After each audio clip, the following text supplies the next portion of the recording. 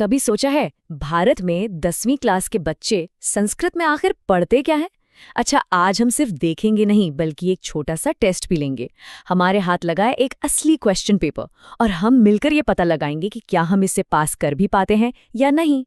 तो सवाल सीधा सा है, क्या भारत की 10वीं क्लास की संस्कृत परीक्षा पास की जा सकती है? सुनने में शायद आसान लगे, पर है नहीं। चलिए मिलकर देखते हैं कि इसमें क्या कुछ है। तो ये रहा वो असली क्वेश्चन पेपर। इसको ना एक गेम की तरह लेते हैं। मैं इसमें से कुछ मजेदार सवाल उठाऊंगा और फिर देखते हैं कि हम सब मिलकर कैसा करते हैं। तैयार हैं? तो फिर शुरू किया जाए। तो पहला राउंड है साहित्यिक चुनौती। यहाँ बात सिर्फ शब्दों की नहीं होगी, बात होगी उन महान कहानियों, उन नाटकों की जिन्होंने हमारी संस्कृति को एक पहचान दी है। देखते हैं लिटरेचर का ज्ञान कितना मजबूत है। तो चलिए पहला सवाल उठाते हैं और ये सवाल सीधा आ रहा है प्राचीन भारतीय नाटकों की दुनिया से। सवाल है, कर्णभारम के कवि कौन हैं? ऑप्शंस हैं क भास, ख कालिदास, ग बाणभट्ट या फिर घ राजशेखर। सोच लीजिए, अपना जवाब फाइनल कर लीजिए। और सही जवाब है ऑप्शन क भास। लेकिन देखिए, मजेदार बात यह है कि कर्णभारम सिर्फ एक नाटक नहीं है। ये महाभारत की कहानी को कर्ण के नजरिए से दिखाता है। मतलब स्टूडेंट्स से सिर्फ रट्टा मारने की उम्मीद नहीं है, बल्कि उनसे ये भी उम्मीद की जाती है कि वो साहित्य को गहराई से समझें, उसकी व्याख्या कर सकें। तो कैसा रहा पहला राउंड? अगर जवाब सही था तो बहुत बढ़िया, और अगर नहीं तो कोई बात नहीं, अभी मौके और हैं। अब हम साहित्य से निकलकर भाषा की बारीकियों में उतरते हैं। राउंड 2 के लिए तैयार हो जाइए। राउंड 2 है भाषा की गुत्थी सुलझाने का। अब हम उतरेंगे संस्कृत ग्रामर की दुनिया में। ये कुछ ऐसा है जैसे किसी गाड़ी का बोनट खोलकर उसके इंजन को समझना कि आखिर ये काम कैसे करती है। ये जो सवाल है ना, ये सीधा संस्कृत के कोर से है, मतलब संधि के कॉन्सेप्ट पर। संधि यानी शब्दों को जोड़ने का नियम। ये एक ऐसा बेसिक रूल है जो स्टूडेंट्स को पता होना ही चाहिए। तो सवाल ये है कि चंद्रशेखरः ये शब्द किन दो शब्दों को जोड़कर बना है? ऑप्शन स्क्रीन पर हैं, जरा सोचिए। चंद्र के आखिर की आवाज और शेखरः के शुरू की आवाज, ये दोनों मिलकर क्या बनेंगी? तो सही जवाब है ऑप्शन क, चंद्र प्लस शेखरः। ये संस्कृत कितनी सटीक भाषा है उसका एक बेहतरीन उदाहरण है।